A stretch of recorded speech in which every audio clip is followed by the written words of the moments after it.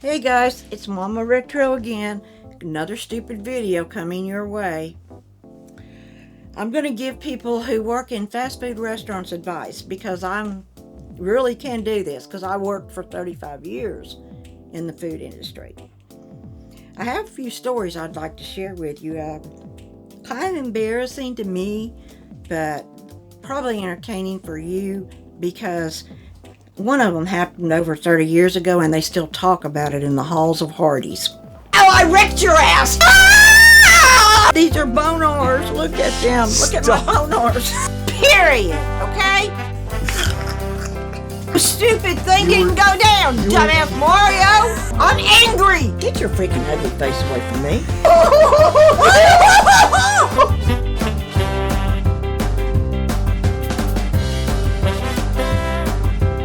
The year was 1983, and I was working at Hardee's. I was the general manager at a Hardee's on 58 Highway. At the end of every month, you had to do inventory for the company. You had to do all your figures and stuff, food costs and all that crap. But anyway, my drive-through cashier had hollered at me that she needed help, that she'd accidentally dropped a penny down into the slot where the paper comes out of the register. So I took the thing apart, took the plastic, and I somehow or another I got my finger down into the register. And they say it's impossible. They still to this day say it is impossible, but my finger got caught in the printer. Okay, so I said, Lisa, I remember her name, my shift manager. I said, I can't get my finger out. And since I was a jokester anyway, she didn't believe me. She thought I was pretending. She said, cut it out, Carly. Get your finger out. There's another car coming around. And I said, Lisa, I really can't get my finger out of the register. And the car that came around, Lisa rang their order up. It was a big cookie. I'll never forget it. A big cookie and a Diet Coke. And she rang that order up with my finger in the printer. So these little teeths were printing on my finger. And it hurt. So I started crying. So I had tears running down my face. I was on my tiptoes with my arm over the register hung. I couldn't stand flat because it pulled my arm out of socket. So I'm on my tiptoes and I'm stuck. And she prints the big cookie and the Diet Coke and I start blubbering. I start crying, tears rolling down my face and snot running out my nose. Quite embarrassing. And Lisa says, what should I do? What should I do? I said, call Trina, my sister-in-law, at another store. So she calls Trina. Trina says, Carl, are you really stuck in the register? And I'm like, yeah, I'm really stuck.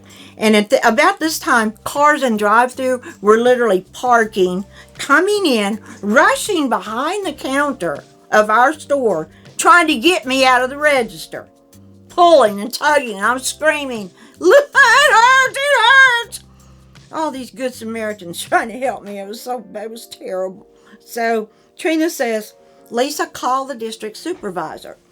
So my district supervisor's name was Andy Alsobrook. I remember that. She calls Andy, and Andy says, put the phone to Carla. And she put the phone to my ear because I'm stuck still on my tiptoes. And he said, Carla, it's not possible to get your finger stuck in the printer. You couldn't have done it. And I'm like, okay, whatever. My finger's in the printer. I've got a big cookie and a Diet Coke printed on my finger. And he said, are you in pain? But just like that. And I said, yep, it hurt like crap. So he says, give the phone back to Lisa. And he said, Lisa, call the fire department. She did.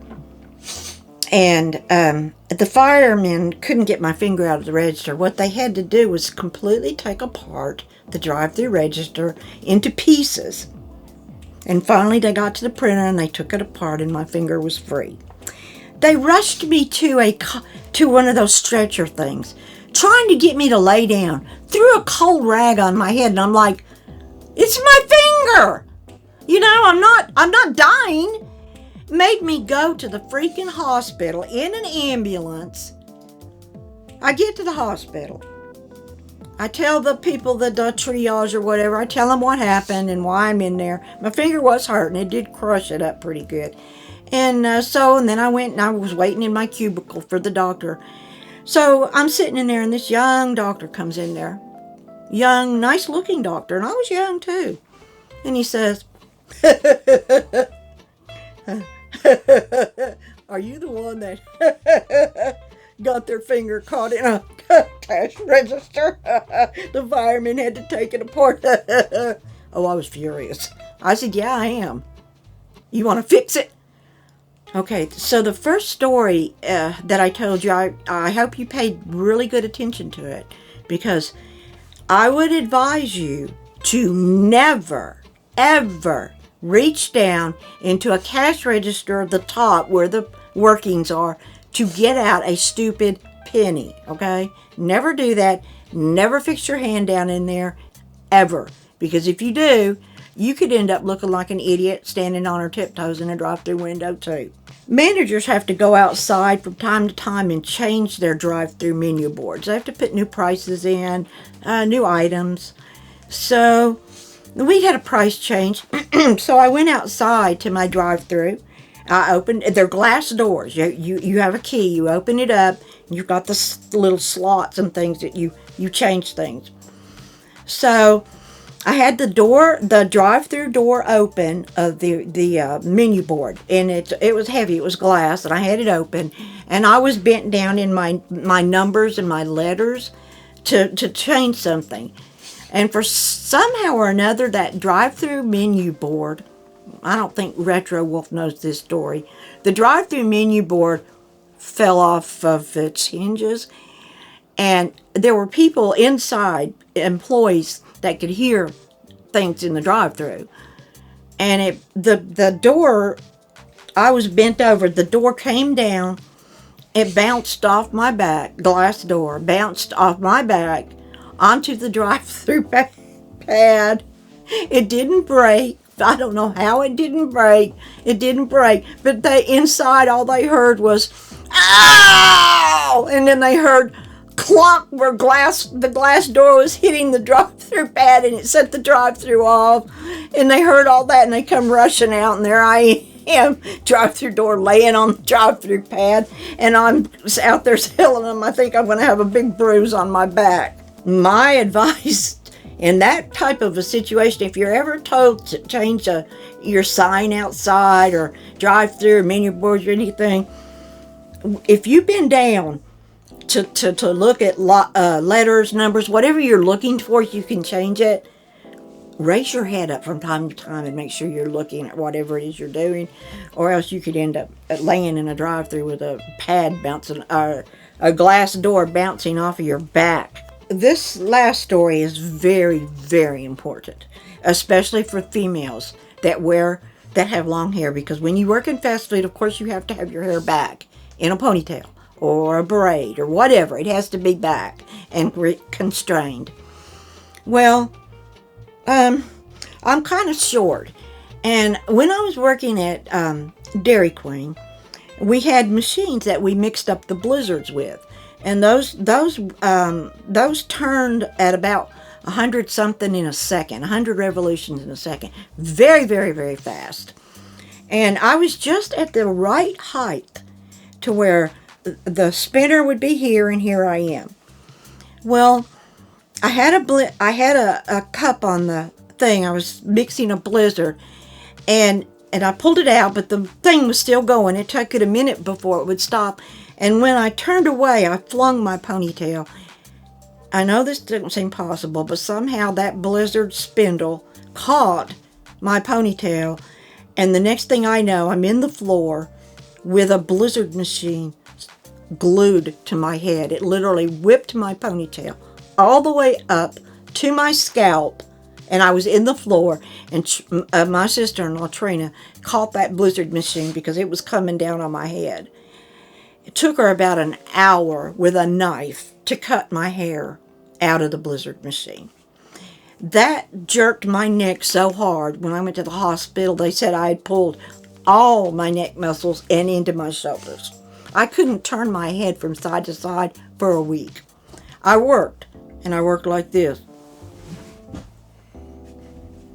So, girls, and boys if you have long hair in a ponytail, before you turn away from that machine, shake machine, blizzard machine, blast machine, anything that spins very quickly, before you turn away, make sure you have your hair over your shoulder or that spinner is stopped before you turn away. Because I know everybody always says, you're the only person in the world that can do that, Carla. But I'm not. I'm not. Anybody, that could happen. Well, I think it could happen to anybody. Most people don't agree with me on that, but I think it could.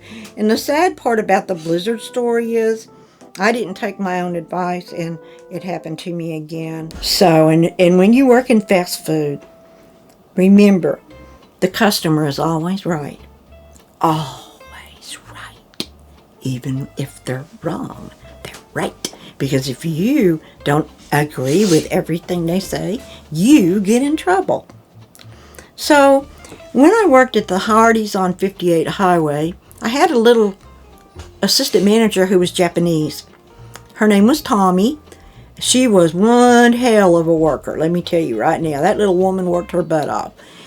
So, this guy had ordered a biscuit and gravy.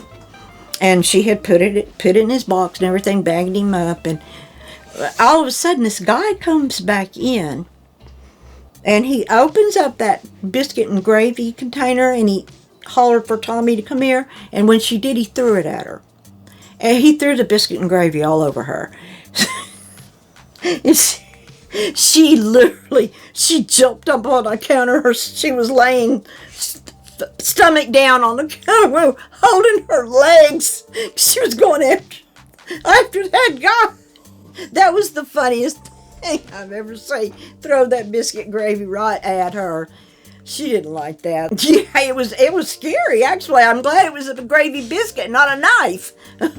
But she went after him, and we had to hold, because she was short, little. So we had to hold up her feet. Tommy, no. She wanted to get him bad.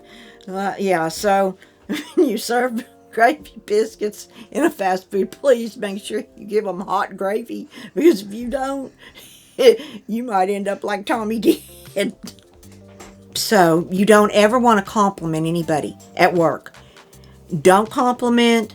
Don't look at too long. The best way not to get accused of sexual harassment in a fast food restaurant is to make sure you don't accidentally bump into someone. Make sure you don't tell any jokes that are off color. Watch how you talk. Watch how you walk.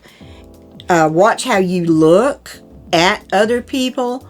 Because it's just about anything can be sexual harassment. So, like I said, you might want to just wear a blindfold, put earplugs in, and sew your mouth shut.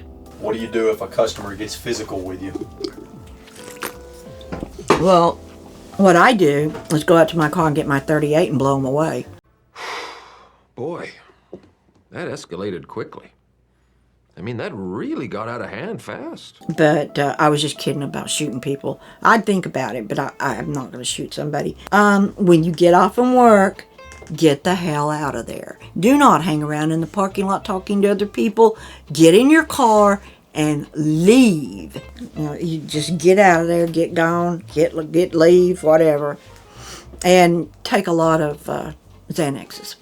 Well, for those of you who think that fast food isn't a job, it's not hard, you don't do anything, you need to walk a mile in someone's shoes who has actually done fast food.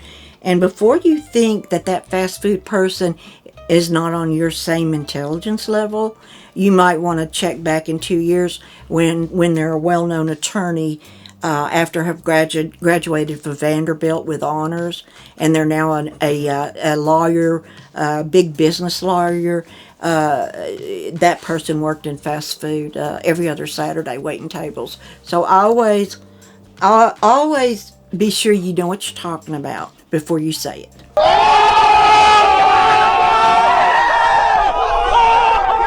Alright guys, that's it for me today.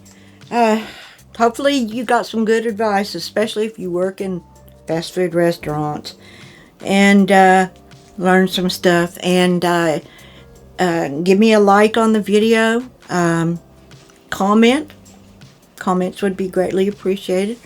And subscribe. And I'll see you again.